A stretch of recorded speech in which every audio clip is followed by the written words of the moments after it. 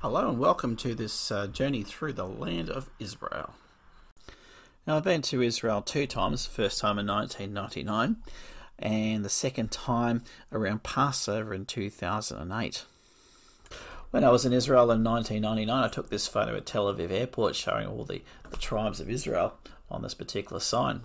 And starting at 1 o'clock, you've got Naphtali, a hind or deer. You've got Judah, the lion.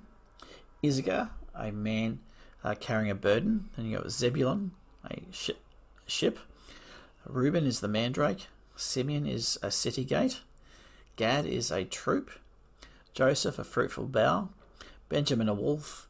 Levi, the priestly breastplate. Dan, a coiled snake. And Asher, I cannot for the life of me make that one out. My first destination on my 2008 trip was Eilat, all the way down the bottom of Israel on the Red Sea.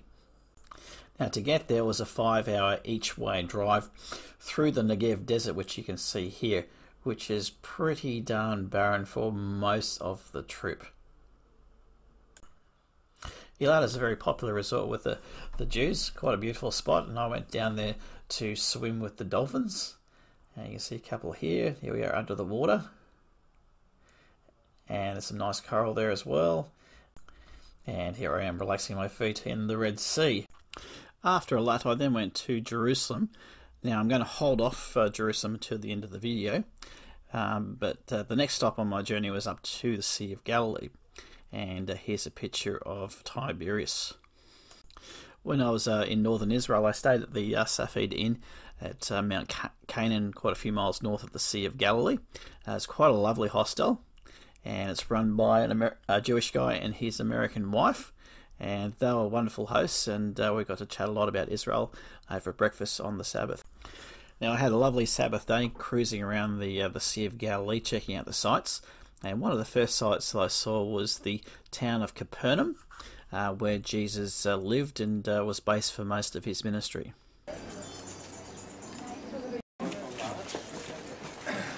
And it says in Matthew 4 verse 13 that he left Nazareth and went to dwell in Capernaum by the sea. The name Capernaum means the village of Nahum. Now, Nahum here is no relation to the prophet Nahum. Now, the white limestone synagogue we see here is built upon an earlier basalt one, which dates to the time of Jesus. Here's the view from inside the synagogue itself.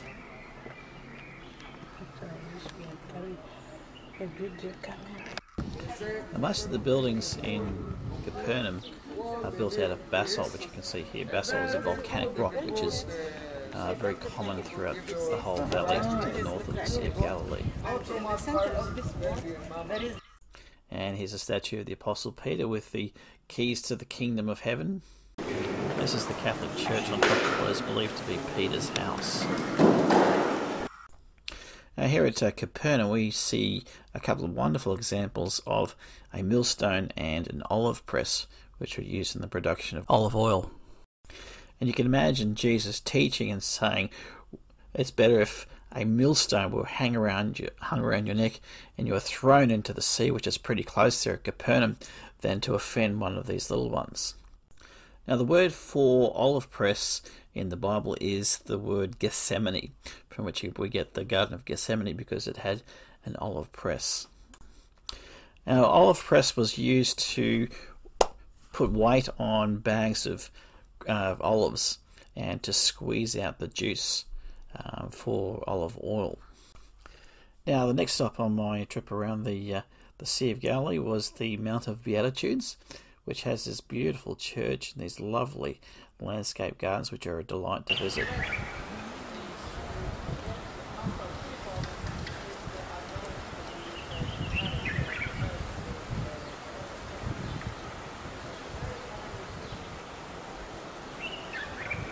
By the Sea of Galilee here now, which is pretty popular with the locals.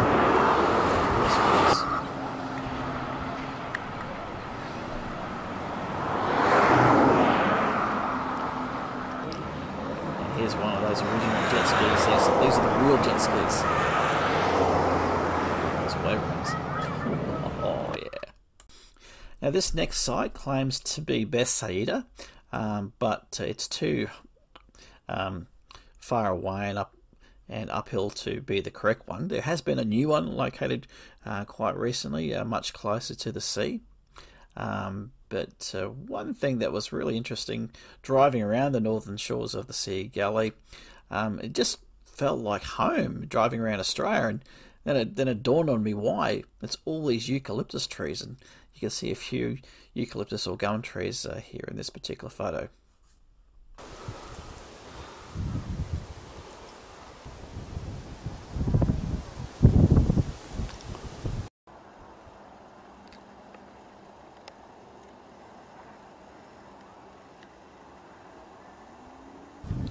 Now my next stop was the town of Chorazin, which is a bit further north of the Sea of Galilee, and it has these amazing ruins, mostly basalt again, so volcanic rock.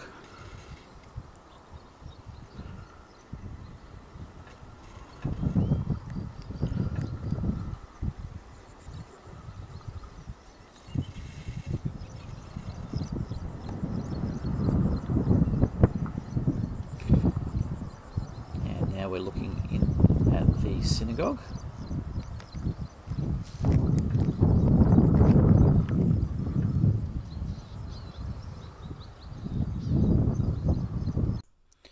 Now, one extraordinary find at Chorazin was the only example in Israel found of a Moses seat. Now, I'm guessing this was a replica that we're seeing here, since there's pretty much no one else at the site when I was there. And this is the seat that whoever was assigned to read the Torah each Sabbath would sit on. And here I am reading the Torah on the Moses seat. And some more, another look at the ruins here at Chorazin. And here we see a sailing boat on the Sea of Galilee, looking from the Mount of Beatitudes. And not too far away is preserved in a museum the famous Jesus boat that was unearthed quite a few years ago now. One particularly interesting location from a historical point of view in northern Israel is Tel Megiddo, the fort that guarded the pass from the south into the Jezreel Valley. Now this model here is a recreation of what it probably looked like back in the time of the kings of Israel. Now, to properly understand Megiddo, I need to give you some background information about chronology in the ancient world. Now, going back in time to around 700 BC, the BC dates that are applied to artifacts and events are fairly solid because dating can be cross-checked with the chronologies of Assyria and Babylon and the Bible in addition to Egypt. However, before 700 BC, the Egyptian chronology with its long list of kings is effectively our only source to date pottery and finds across the ancient world. Now, unlike in Egypt, the kings of Israel left very few written inscriptions to help us to connect pottery contemporary with Egyptian pharaohs to dates on the biblical timeline. So that is why the Egyptian chronology effectively becomes our only way to date finds before 700 BC. Now, since we're so dependent on it to date objects before 700 BC, much rides on Egypt's chronology being right. But is it really accurate or not? Now, to help us to synchronize the Bible's timeline with Egyptian history before 700 BC, there are two major cross-references between Egypt and Israel. And one of those is when a pharaoh, the Bible calls Shishak, plunders the temple after Solomon died. And then further back we have the Exodus. Upon closer inspection, both of these cross-references have been completely messed up by mainstream Egyptology, creating a faulty chronology for Egypt that is overextended, not by decades, but by centuries, would you believe. Now, Shishak I, one of the early Libyan pharaohs, is assumed to be the Shishak who plundered the temple in Jerusalem because he made a campaign into Palestine, and he's got a similar name to that of Shishak. However, on closer inspection, we see the cities on Shishak I's relief are in northern Israel. Yet in the Bible, Shishak was allied to Jeroboam of the northern kingdom, and he conquers the fortified cities of the southern kingdom of Judah. So, when the biblical date of around 925 BC for Shishak is then applied to Shishak I, and then we work back using the number of years each pharaoh ruled by, without allowing for any parallel rule between the dynasties, the biblical date of 1450 BC is placed by Egyptologists in the middle of the 18th dynasty. The next dynasty, Dynasty 19, included that great pharaoh Ramses the Great.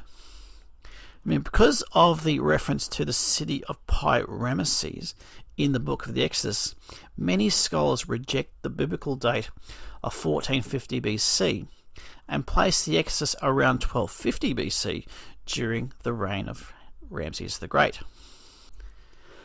Now, placing the Exodus in the middle of the 18th dynasty is a very poor fit for the Exodus. Now, this particular dynasty, Dynasty 18, was when Egypt was at its peak, and there is not a hint of a catastrophe like the Exodus occurring during this dynasty. Egypt's golden age, when the 18th and 19th dynasties ruled Egypt, is referred to by Egyptologists as the Late Bronze Age, and it was then followed by the Iron Age, when the Libyan pharaohs such as Shishak I ruled Egypt.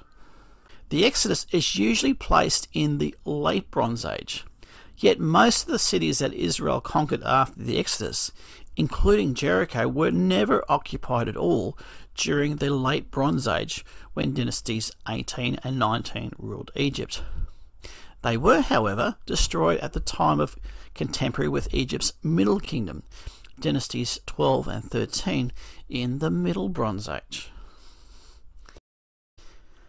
Now, the Bible also tells us in 3 places that the Pharaoh drowned in the Red Sea, yet we have all the mummies of the pharaohs of the 18th dynasty. So again, the 18th dynasty is a very poor fit for the Exodus.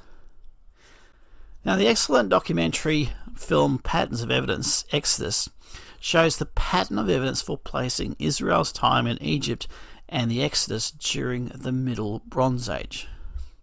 Now, after that, Egypt was conquered by a cruel people known as the Hyksos at the end of the Middle Kingdom.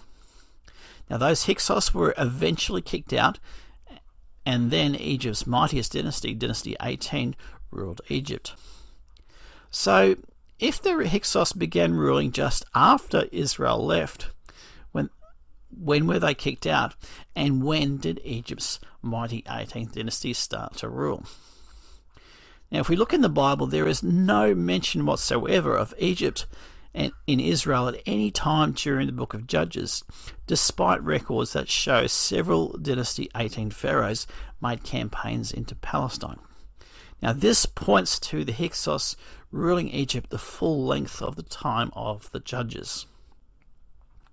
Now, since Egyptologists place the Exodus in the Late Bronze Age, they are forced to place the time of Solomon in the next era known as the Iron Age. Yet this again is a very poor fit.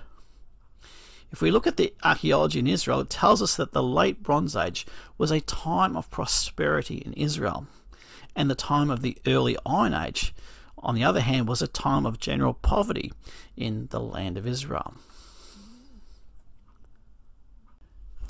Now, if we compare the columns shown here for both the conventional and the revised chronologies, you can see the problems caused by applying Egypt's chronology across the ancient world. Now, if you look at the column for Greece, an artificial dark age of centuries has been created. Now, the archaic age of Homer is anchored correctly, starting around 750 BC. Before then, the Mycenaean age that Homer wrote so intimately about, that fought the Trojan War, gets its dating from a cross-link with Egypt's 18th dynasty, due to large amounts of Mycenaean pottery that were found at Akhenaten's short-lived capital city. Now, using this crosslink, the end of the Mycenaean Age is dated to 1200 BC, and this then leaves us with a 450-year gap without any Greek history in between. A similar phenomenon occurs in Turkey and Syria. City-states whose culture is virtually identical to the Imperial Hittite Empire are dated by Assyrian chronology from 750 BC forward, while the Imperial Hittite Empire is dated by a crosslink with Egypt.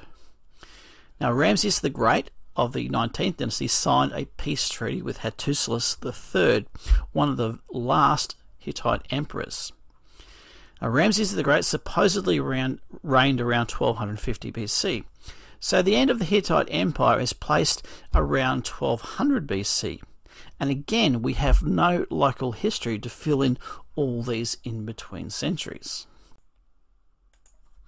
In the revised chronology, the faulty view of Shishak I of the 22nd dynasty, being the Shishak who plunders the temple in Jerusalem soon after Solomon's death, is rejected. In the revised chronology, Thutmose III of the 18th dynasty is seen to be the best candidate for being the pharaoh Shishak. Now, there's a wall at the temple of Karnak which has an enormous amount of gold, silver and bronze items that are a remarkable match with the items taken from the temple. Now, by bringing forward the 18th dynasty in time from the time of the Exodus to the time of Solomon and the early kings of Israel, the Dark Ages are removed in Greece, Turkey and Syria, so Homer's age follows straight after the Mycenaean age as demanded by the local Greek archaeology. And the Hittite Empire is also brought forward. It develops and then later expands and rules over the Neo-Hittite city-states further south. Now, in the conventional chronology, the effect on archaeology in the land of Israel is different to Greece and Turkey because we have the local written history of the Bible to fill in those centuries which are claimed to be a dark age in Greece and Turkey. In the revised chronology, the 18th dynasty does not start until the time of the end of the Judges, and the Libyan and Ethiopian dynasties rule for only about 160 years, instead of being overextended to about 400 years. Now, because of this overextension of the Libyan dynasties of the Iron Age, due to the faulty equation of Shishak I with the biblical Shishak, the Iron Age in their conventional chronology is overextended in Israel right back to the time of the early Judges. In the revised chronology, the prosperity of the late Bronze Age is then correctly applied to the time of Solomon, and the poverty that takes over the land at the start of the Iron Age is then applied to the time after Uzziah's great earthquake around 750 BC, an echo of the late Bronze Age collapse. And this is also the time of the incursions into Israel by the Assyrians in the decades leading up to the fall of Samaria and the northern kingdom of Israel. Because of the lack of inscriptions in Israel, the problems with the Egyptian timeline are subtle and not obvious, but they are there, and Megiddo very nicely highlights a few of these. So here we are looking at one of the city gates of Megiddo. It's a beautiful gate with cut or hewn stones, and you can see timber beams in between the upper and lower set of stones. It's also a 6-chambered gate.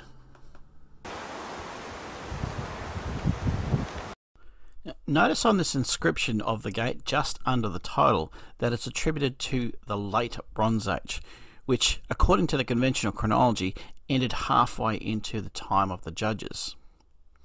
According to Judges 1 verse 27, Megiddo was not conquered by the Israelites when they entered the land after the Exodus.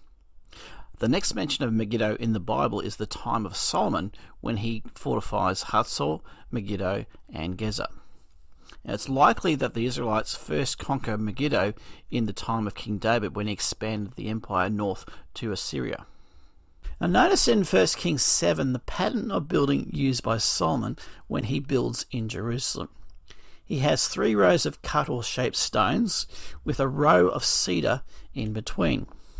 The row of cedar was part of helping to protect the gate against earthquakes. Now, this is the identical pattern that is used to build this city gate here at Megiddo. Now, a palace with late Bronze Age finds is attached to the gate. Gold and precious stones and ivories were found in this palace and are usually attributed to the time that the Canaanites occupied Megiddo.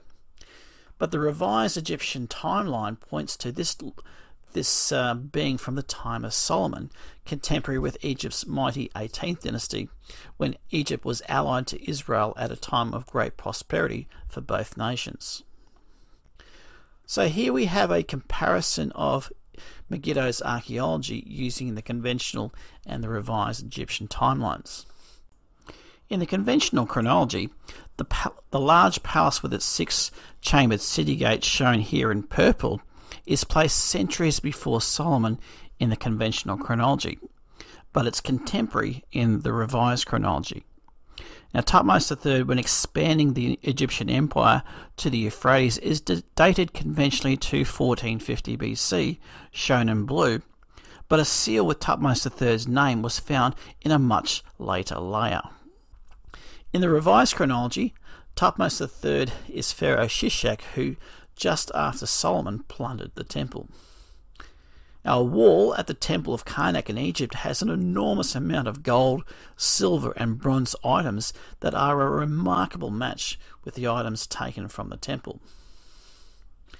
Now, in the layer just after where Thutmose III's seal was found is pottery that is very similar to pottery found at Samaria that was first built by Omri in the 800s, yet that layer here is conventionally dated to 1200 BC. Another seal that says Shema, the servant of Jeroboam, is assumed to date to the time of the more famous Jeroboam, who led the northern tribes when the kingdom was divided after Solomon. In the revised chronology, however, this seal is assigned to Jeroboam II, who reigned up to around 750 BC. So here we are looking at the remains of another gate at Megiddo. Now this one's attributed to the Iron II period, so this is probably around about 700 BC. And now we're looking at the sacred area where many rituals were done. And these are the southern stables, dated to around the time of the Assyrians. And another close-up of the sign for the southern stable. And we're looking at the sign for the water system of Megiddo. And this is a grain silo that dates to the time of Jeroboam II. And we're looking at now the northern palace and northern stables. And we're just panning over the Jezreel Valley, looking at the site there. The old day that was. Barely make out Mount Tabor in the background there. And we're swinging around now to the giant cut where the sacred area is. So cutting through all the different layers of time, of occupation. And there's the sacred area.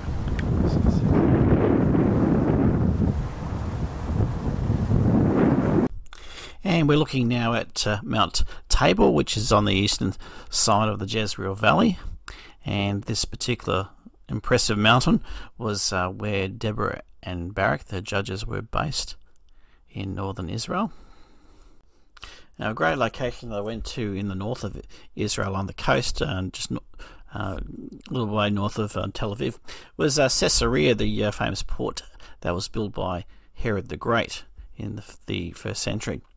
And in this aerial photo that you can see, right at the top there is the great long aqueduct, Roman aqueduct that brought water into the city. You can see the hippodrome in the middle, and Herod's palace was down towards the left on the coast there. And here's an artist's rendition of what the port of Caesarea would have looked like in the 1st century. You can see the great big harbour that was constructed, as well as the great big hippodrome and Herod's palace, which is B on the right hand side there. And we're looking at the remains of the Roman aqueduct that brought water into the city of Caesarea from the north. And there's another picture of it. As you can see, I got here pretty late in the day and didn't see too much. There's a little bit of the hippodrome, and this is the plaque for Herod's palace. Now, this is where the Apostle Paul was kept under palace guard for 2 years before he pled his case before Governor Festus, and he then, of course, appealed to Caesar where he was taken to Rome thereafter. And another one of the palace.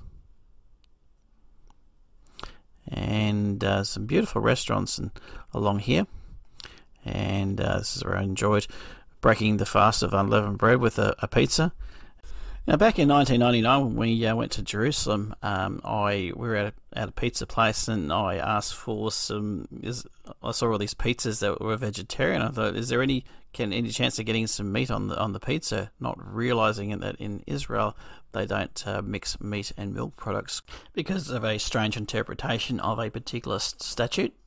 And I can't believe I actually made the same mistake again when I ordered pizza here at Caesarea, but it was a great way to end that particular trip in 2008. Hello and welcome to Jerusalem. Okay, now let's explore the city of Jerusalem. Now here is an aerial map showing you the old city and the city of David. Now the old city with its walls, which probably go for around about a kilometre around the old city, those were built around the 1500s by the Ottoman Turks long after the time of Jesus. Now in Jesus' time, the walls of Jerusalem were much further south, would have incorporated the southern half of the current old city, a little bit below it, as well as the city of David. Now the original city of David is shown here in white. Now that spur to the south of the Temple Mount was a location that could be well defended and also had a good water source with the Gihon Spring. Now the course of the Gihon Spring was sort of diverted, and a tunnel was built through the city to help with the water supply during a siege by King Hezekiah, and that's known as Hezekiah's Tunnel, which you can see in blue there, and that empties down at the Pool of Siloam at the south of the city of David. Now the old city is broken up into four rather unequal quarters. You've got the Christian quarter in the northwest, which within that includes the Church of the Holy Sepulchre. You've got the Armenian quarter, you've got the Jewish quarter, and the biggest of the quarters is the Arab quarter on the northeast, and dominating it on its east side is the Temple Mount, and you can also make out the Wailing Wall there. On the west side is the Jaffa Gate, and through it runs the only road into the city, which just goes in a little bit and then turns south, exits out near where you can see the location for the upper room. Now on the northern side of the old city is the Damascus Gate, and not far from that is the Garden Tomb and the Protestant location for Golgotha. Here's another view of the old city of Jerusalem, looking from the northwest towards the Judean wilderness and the Dead Sea in the southeast. And this view is showing you the Temple Mount and the Dome of the Rock and the Wailing Wall. Now in front of the Wailing Wall there you can see an enormous plaza. Now that plaza is only a relatively recent feature there in Jerusalem. Now it was developed after the 1967 Six-Day War when Israel captured the city of Jerusalem. And they actually cleared quite a lot of houses in front of the Wailing Wall to create the plaza that you see there today. Now here's actually a picture of what the Wailing Wall looked like back around the early 1900s, proving that point. And looking now at a couple of pictures of the plaza there in front of the Wailing Wall. And just doing a bit of a pan now of the plaza. Just about make out coming up the ramp that goes up to the Temple Mount with all the security. And you can see the ramp that's going up to the Temple Mount there on the right hand side.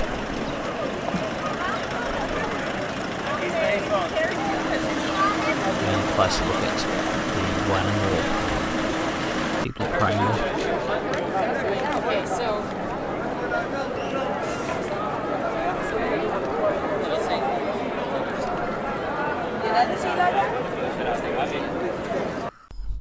and here's a photo I took on my first trip to to Israel in 1999 with my travelling companions Wayne and Trevor in front of the Dome of the Rock. And where supposedly Muhammad ascended into the heavens around the 6:30 or something like that. Got a nice little courtyard with trees and so forth. Lots of tourists, tea gozzies on. And in front of us here is the Al Aqsa Mosque. And back to the Dome of the Rock. You can see there's a bit of restoration going on there. And here's the Dome of the Rock up close. Beautiful golden leaf dome there. And we're here pretty close to the entrance to where you go into the up to the Wailing Wall, and there's this beautiful Torah scroll made of silver. There it is again.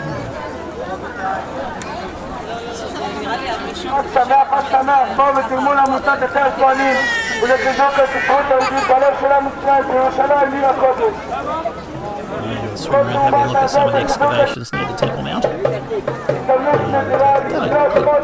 a great job beautifying some of that area as well. You can see there trees and gardens. There's another photo that I took of those excavations. And another one as well. Swim around looking towards the city of David now. And there's this enormous excavation that's going on right here. And we're looking now at an aerial shot of the city of David from the south, looking up towards the Temple Mount. And this is what it would have looked like probably in David's day. A little known fact about ancient Jerusalem is that the original Mount Zion, which had the citadel that probably David lived in after he captured the city, was originally higher than the level of the temple that was later built. Josephus tells us that this ridge where the citadel was cut down and brought down to the same level as the rest of the ridge over a 3-year period during the time of the Maccabees. Now, on the north side of the city of David ridge, there was originally a deep saddle dip in the elevation that made the city less easy to take from the north than it would be today. Also, the Tyropian Valley to the west of the ridge was also much steeper. And in David's day, the original watercourse from the Gihon Spring, which was later diverted by Hezekiah's tunnel, went south through the Kidron Valley, where it was called the Kidron Brook, before reaching the Pool of Siloam at the bottom of the city of David. And this is the entrance to the City of David Archaeological Park. Wasn't there in 1999 when I was there, but was there when I came back in 2008. Now, quite close to where you enter here, underneath, they uncovered the remains of a huge building about 30 metres long, which they reckon may well be the palace of David and Solomon.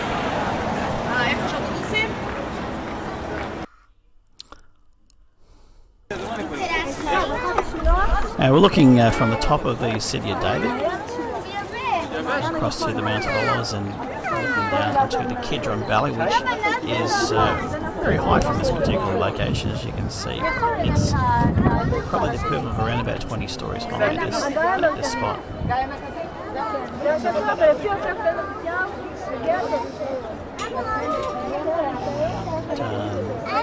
The old spring is somewhere down there. And some of the excavations that have gone on there, including where that palace was I just mentioned before, near the entrance. And here's some stills showing the same view. And looking down at some of the excavations, some of the walls that have been found on the northeastern side of the city of David.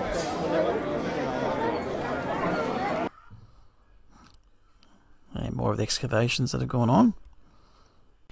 You can see there in the top left a picture of the excavations that went on towards the bottom of the City of David on the eastern side, which quite a number of Ambassador College students were involved with back in the 1980s, including a good friend of mine, Jeff Robertson, from nearby here in Brisbane.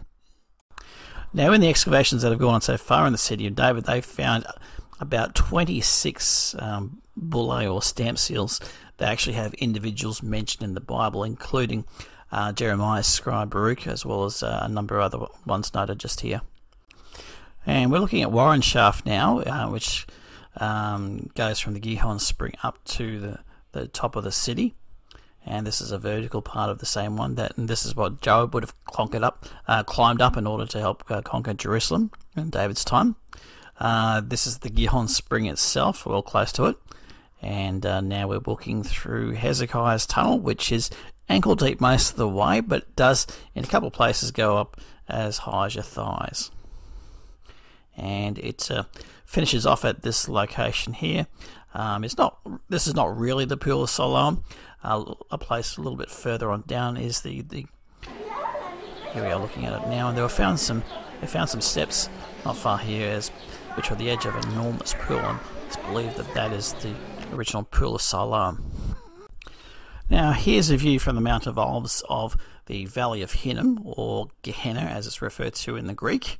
Now Gehenna is the word that is used in the Bible for hell, the place where the incorrigibly wicked who don't repent after they're offered salvation will be burnt up to a crisp. So I can honestly say that I've actually been to hell and back.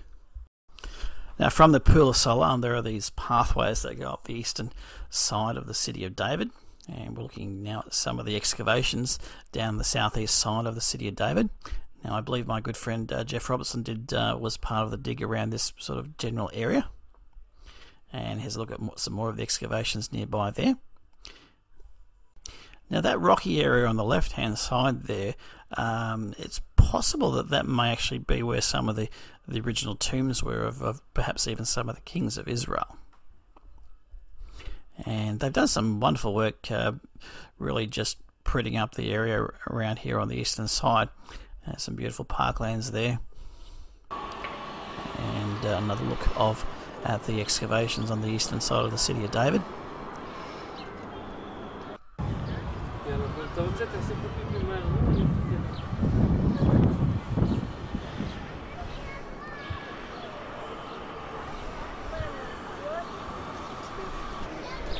Now here's the view from the bottom of the Kidron Valley looking up towards the Temple Mount. Now this is a very arid area, so I was taking a bit of a risk wandering around here on my own. And yeah, you can see on the left top, it's actually more centre in the photo now, that lookout spot that we saw before. Some goats at the bottom of the Kidron Valley, and another view of the Kidron Valley halfway up. And here's that dig that was going on right at the top of the city of David. And now we're looking at the Mount of Olives with the Garden of Gethsemane and the Russian Orthodox Church with its golden domes. Very pretty church, that one. I quite like that particular one. You can see the cemetery on the southern side of the Mount of Olives. And we're looking around now towards Zechariah's tomb, that building in the centre screen now.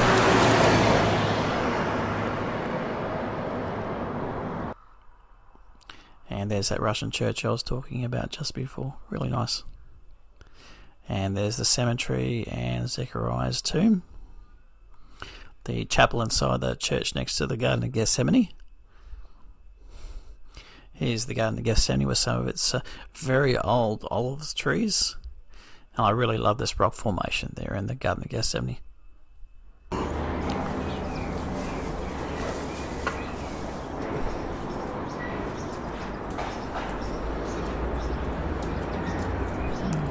I said some of these trees here are like hundreds of years old.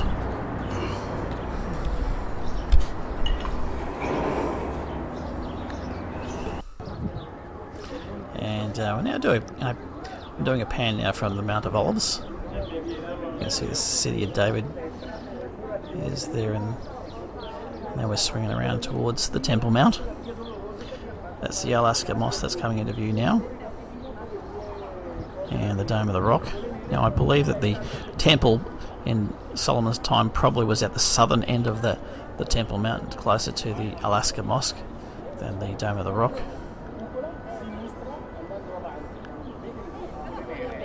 And you can see the graveyard and the Russian church.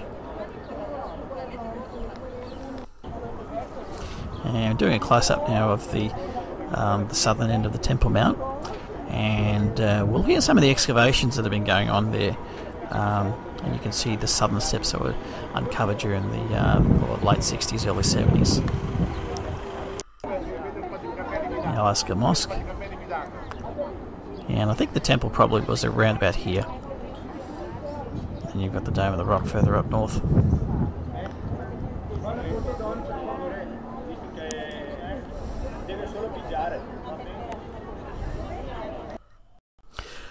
King Herod actually built a fort for the Romans, a military fort called Fort Antonio, to the north of the Temple Mount.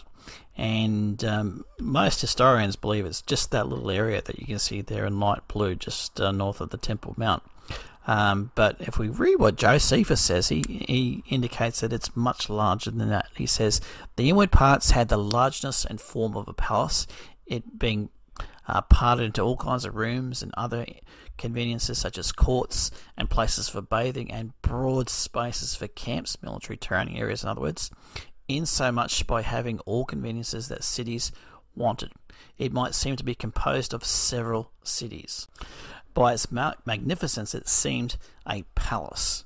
So he's describing an area which I would say it was far larger than that little area in light blue. And I reckon the fort probably took up the entire northeast corner of the old city there that I've got highlighted there in dark blue.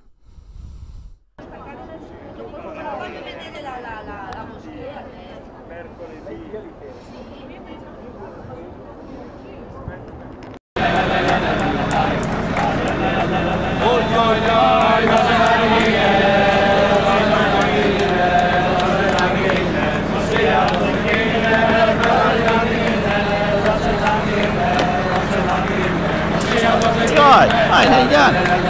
Yeah? Oh yeah? Yeah. What am I doing? Mate, I'm up on the mount rapping with the boys, having a great old time. How about you?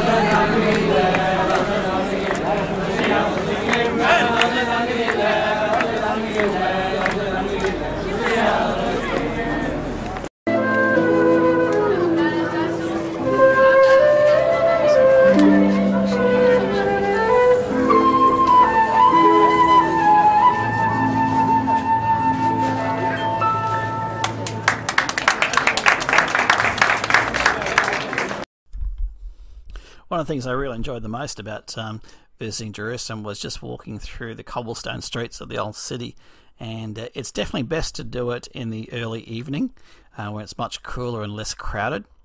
And there's some pretty cool t-shirts here. Let's have a closer look at some of these. How about that one? Guns and Moses. Love that one. Shirt shops here too. Some pretty groovy little shirts to buy. Don't worry, Israel's behind you. Well, this one here. Israel Defense Forces Intelligence. My job is so secret, I don't even know what I'm doing. Towards the Dome of the Rock and the Wailing Wall. These markets just go on and on. And here's another view of the old city by day, a lot more crowded in the daytime. Impressions of Jerusalem have been very positive. It's a lot, as you can see, well landscaped around the city walls, which you can actually go for a look around. Hopefully we'll get that chance a little later on. And very modern. Well landscaped, what trees there are. The people are a lot friendlier and nicer to deal with than the Egyptians. And we're just going first of all into the Tower of David Museum somewhere in there. So let's go and have a look. And we're just inside the walls of the Jaffa Gate and the old city, which is really beautifully kept. And this is the Jaffa Gate on the western side of the city, and the same location at night time. Very nice after and found this great Armenian restaurant in the Armenian Quarter. Really had a great spaghetti mince there. This is the Tower of David Museum, I should say, near the Jaffa Gate. And this is the view from the Tower of David Museum back to the Mount of Olives.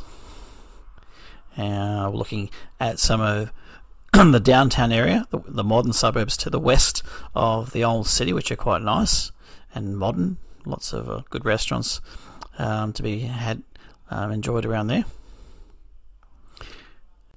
Just south of the Armenian Quarter, outside the city, is what's purported to be King David's tomb, and nearby is this location, which is believed to be the upper room.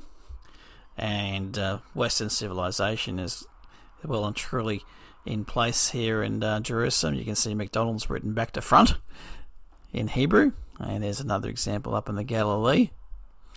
And here's another example of the decadence of Western civilization in Israel, with a sign for an Austin Powers movie. Yeah, baby. The walls of Jerusalem. Looking southward now from the Jaffa Gate to the citadel, the Tower of David, which is just right in front of us, with its museum of what Jerusalem used to look like and be like over the course of history. And this is the main entrance after you go into the Jaffa Gate, and that's looking outside towards the north.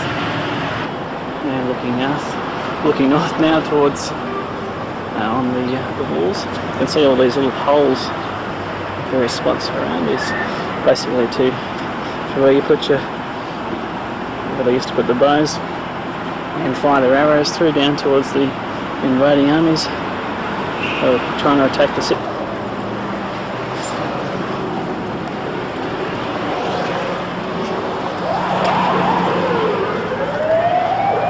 Towards the city centre of New Jerusalem. Some beautiful restaurants and malls and that around there, even though it doesn't look too crash up from this angle. I've done a lot of beautiful landscaping around most of the city walls. And looking inside the city, it doesn't look too crash up from the top here, and looking east I should say, towards the Mount of Olives. The city walls are probably about, I'd say around about 1.5 to possibly 2 kilometres in length each sides of the walls. So 1.5 to 2 kilometres in the world. I mean, when the New Jerusalem comes down, it's going to be a lot bigger than that. It'll be 1,500 miles each side of the wall. And if we be generous and say that the city is about 2 kilometres on each side, the walls are 2 kilometres each side, then the maximum of the old city is only about 4 square kilometres. So it really is quite a small city, and very easily doesn't take very long at all to walk around the city walls. And we're looking now at the Damascus Gate. And as we pan around, you can see some of the landscaping that's been done around the old city, which is really quite nice.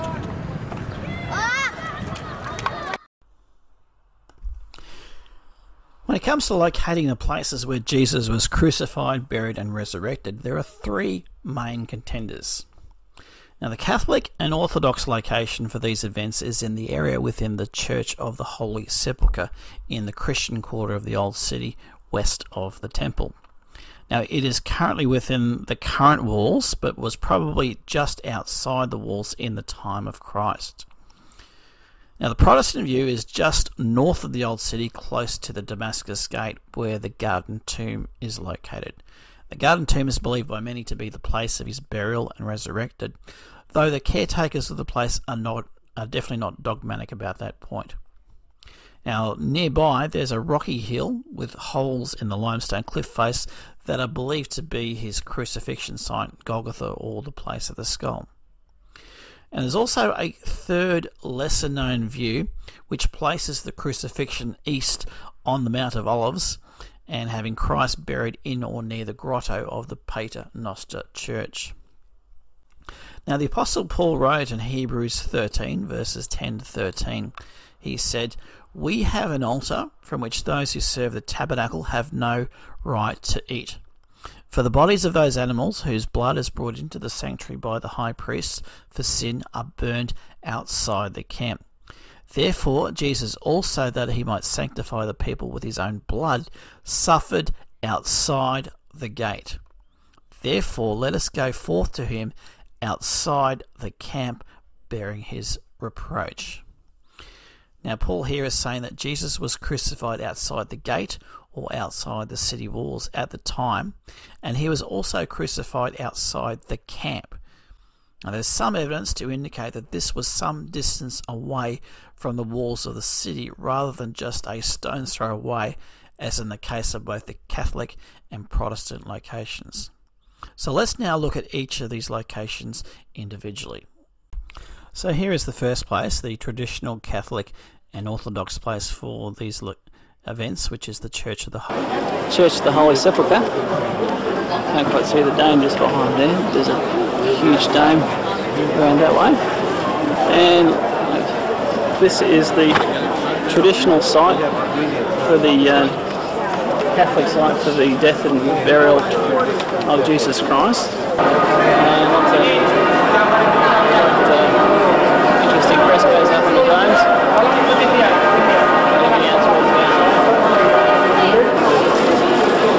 Whatever this is, I think it's an altar. Yeah, quite an impressive dome, as you can see up there. Patterns of stars up there. Yes. The early churches were small. Yeah. And then they built Wow. Here's the front of the original church shrine. the tomb of John Hyrcanus. Yes, we'll explain that story in just a moment. So this is the little original church just here. My father plays dominoes better than your father. Amen. Now, the traditional Protestant site for the burial and resurrection of Christ is the Garden Tomb, which is a really lovely location. Now, these particular caves here go back as far as the Iron Age, so they're not exactly a new tomb as it's noted in the New Testament. Now, near the Garden Tomb, in front of, behind this bus shelter, is this cliff face with a couple of erosional holes that give it the impression that it looks like a skull. It's often thought of as the Golgotha. It's the Protestant site for the crucifixion. However, this is actually a relatively recent erosional feature, those holes, as can be attested by some drawings that were done in 1600 where those holes did not exist. Now, in addition to these being Iron Age tombs and not a new tomb, the indications are in the New Testament that Peter had to stoop inside to get inside this particular tomb, so it doesn't quite fit this particular tomb, but it is an excellent example of what a first century tomb would probably look like, with the trough there for the stone rolling through and covering up the tomb.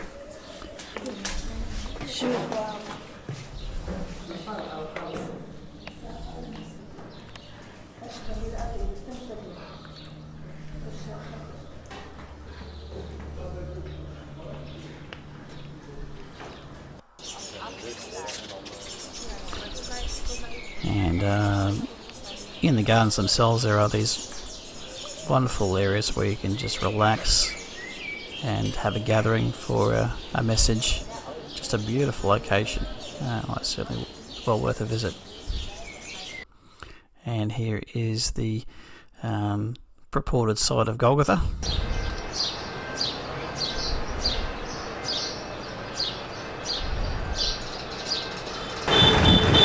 See the bus depot in front of it. Right, we're back on the top of the walls of Jerusalem, looking down towards the Garden Tomb, which is located there, and the traditional Golgotha site. There you can see the cemetery at the top. You couldn't actually get into the cemetery there, the gates were locked on that side. I don't know whether there's another entrance, but I couldn't find it. As you can see in these diagrams, the temple followed a similar pattern to what is found in regards to Eden and the Garden of Eden. Now, Eden was the land, within that was the garden in the east of Eden, and within that was the midst of the garden where the two trees were. Now, all the entrances to the tabernacle and the temple were at the east. And there were 3 altars, The altar for incense was inside the holy place. Outside the holy place was the altar of burnt offering, where the burnt grain and peace offerings were burnt. And there was also a third altar outside the temple and outside the camp to burn sin offerings, called the Mifkad altar. Now, it's this third altar that was also where they burnt the red heifer. Now, Jewish writings confirm that this third altar was east of the temple on the Mount of Olives. Now, remember, in Hebrews 13, Paul said that we have an altar from which those who serve the tabernacle have no right to eat. He's definitely referring to this sin offering altar. Now, Paul said that this is an altar that we Christians have. He said, therefore, Jesus also, that he might sanctify the people with his own blood, suffered outside the gate. Therefore, let us go forth to him outside the camp. So he's very strongly implying that this location, this third altar, was where Jesus was, or nearby was where Jesus was crucified, whose symbolism pointed to Jesus as our sin offering. Now, there's one particular apocryphal work that actually directly states that Jesus was on the Mount of Olives when he died. Now, nearby was a cave tomb that became a pilgrimage site in the early few centuries, called the Cave of the Apostles. Now, Helena, Constantine's mother, built a site over it to commemorate the Ascension, though the Ascension likely took place at Bethany on the backside of the mountain from Jerusalem, where Mary, Martha and Lazarus, whose place Jesus likely lodged at whenever he was in Jerusalem. Now, the site of the Cave of the Apostles is believed to be located in the grotto of the Pater Noster Church. Now, there are caves, but nothing at this time resembling a tomb with a stone rolling door, though they may have been something like this back in the time of Jesus. So this is the Pater Noster Church on the Mount of Olives. Now, one interesting feature that they have are all these plaques with the Lord's Prayer in different languages. So we're looking at the Lord's Prayer now in English and Samaritan, and my grandparents' language, Polish, and this is where the grotto is inside. You go through there into the grotto, and here's inside the grotto.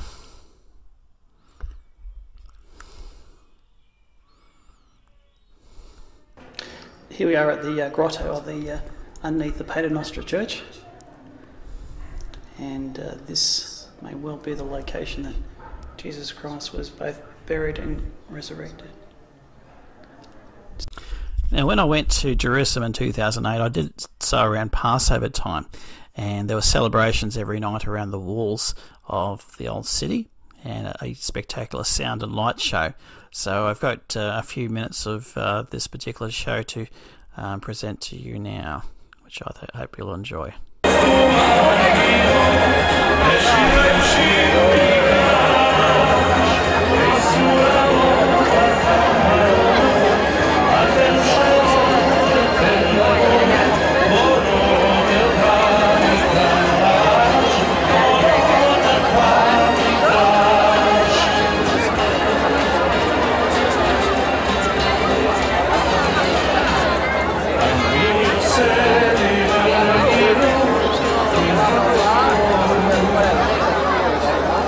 גבירותיי ורבותיי, ערב טוב וחג שמח וברוכים הבאים למופע חומה.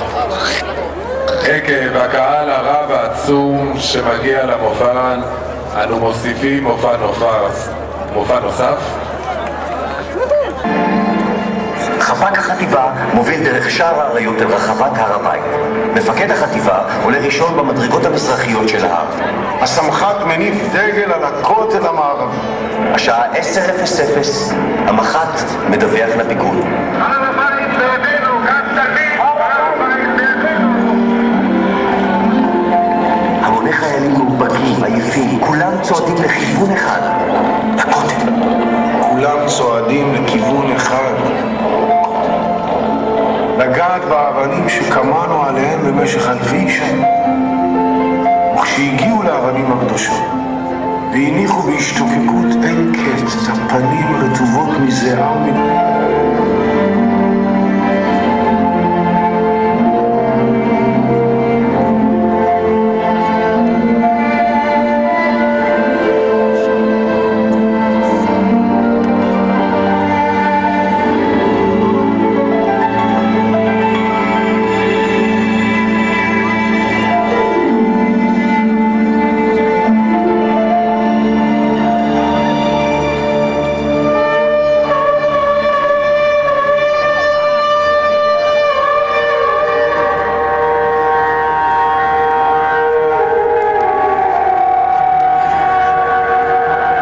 מדוע בחרו הצנחנים בכותל? מה טמון בקיר האבנים אשר גרם למעמד הדרמטי ולרגע הנצחי הזה? לפני 3,000 שנה, ירושלים היא עדיין גבעות ראשים מדבריות לוהטות חום. ומעלה ההר ובנו מטפסים. כמה שעות קודם לכן, מצווה אלוהים על ההר את אחד הציוויים הדרמטיים ביותר בתנ"ך. אשא עיניי אל ההרים, מאין יבוא עזרי. המקום שבו שכנה שכינתו שלהם, בית המבטא את השאיפה לעצמאות לאומית ובניין ירושלים.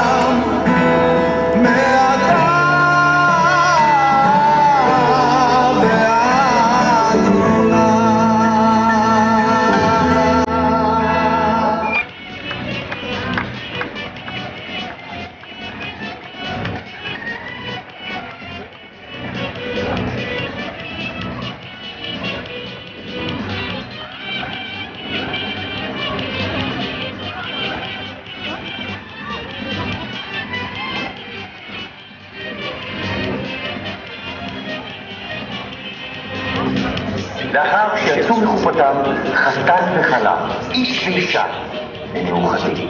היהודי הנולד חוזר סוף סוף לחלתו ירושלים.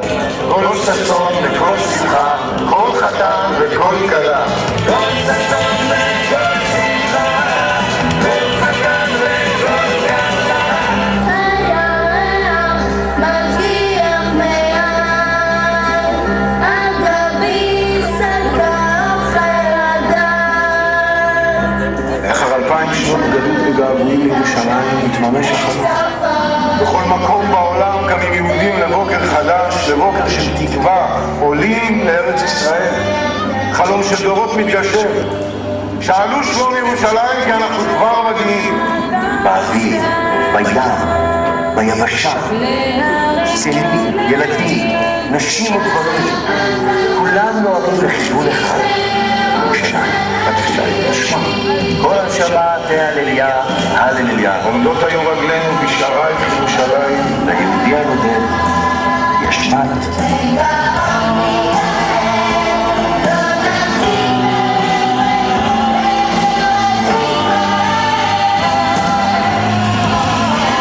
יהודים מכל העולם מגיעים לכותל לחגוג בר מצווה לבניהם. במקום המקודש הזה, הילדים הופכים לבוגרים, חובות וזכויות חלות עליהם.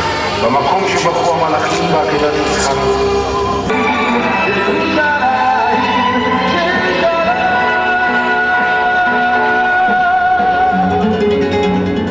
על פי האמונה, כל תפילותיהם של כל יהודי העולם מטפסות ועולות אל הכותל, ומשם מגיעות לשמיים מבחינה עננו אלוהי אברהם, העננו. בכל עת תמיד, ומהייתי עלייך משנונה בירושלים. בחלום, בחזון לילה, ראיתי את עצמך, אומר לי מחל על בני בבית המקדש, כשאני שר להם שירים דוד מלך ישראל.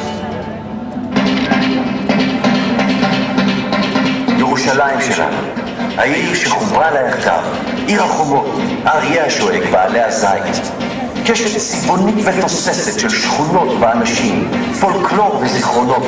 ירושלים שלנו היא העלייה לרגל לקודש הקודשים, המנורה ועל שבעת הקנים, לכל אחד. ירושלים שלנו. ירושלים משוק מחנה יהודה, בערב חג. ירושלים היא אוויר צלול קיים ונוף קדומים. ירושלים היא צבע זרחת השמש על החומות. איי איי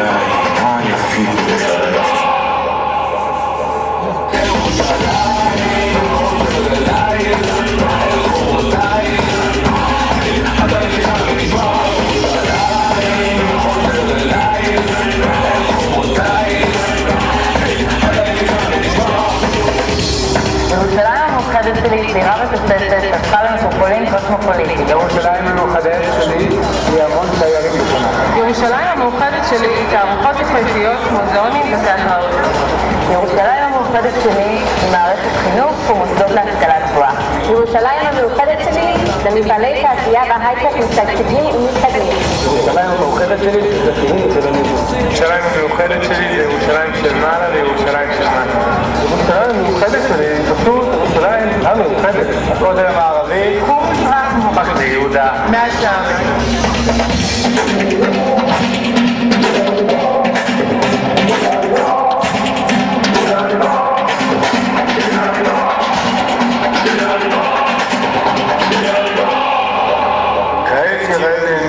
כי רק לך המנוחה, רק לך התפארת.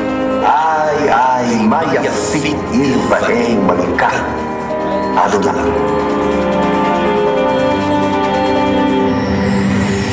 ירושלים שלנו בשנת 40 בייחודה ממשיכה להיות ולפחום בליבותיהם של כל בני העם היהודי.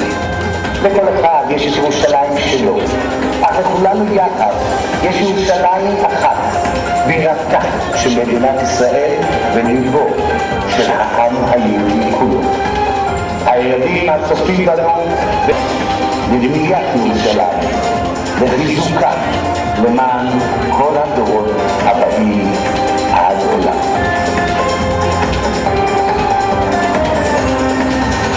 Catching the last rays of the sun over Jerusalem from the top of Mount of Olives, looking eastward. Beautiful sight. As you can hear him puffing and chanting, I've just sprinted the last couple of 100 metres to get the last rays of the sun. And it's a beautiful spot up here. Just on my right hand side, here's a guy who's just done some filming for a Millennium 2000 spectrum preparation video and the whole thing. And they're up here doing a bit of some final takes. Taking on a beautiful sunset here. And this is certainly a very special place at Mount of Olives. Not only was it the place where Christ was crucified, but Christ was buried in a cave close by here, but this too is the site of where Christ ascended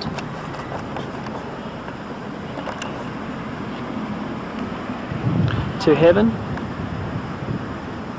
after appearing to the disciples for however many days. And this in fact will be where Christ returns. This very spot here, which almost puts goosebumps down your spine. To think that this mountain is going to be split in two, and that Christ will come back to this very spot with all the saints. Those of us who are in the church coming to this spot, and this is the place where God's kingdom is going to be ushered in into the whole world. And Jerusalem just there will be the capital of the whole world. Magnificent sight. And just to finish off our journey through the land of Israel, here is an artist's rendition of what the resurrection and the return of Jesus Christ will be like over at Jerusalem and the Mount of Olives. I've really enjoyed putting this together, and I hope you've enjoyed this journey through the land of Israel.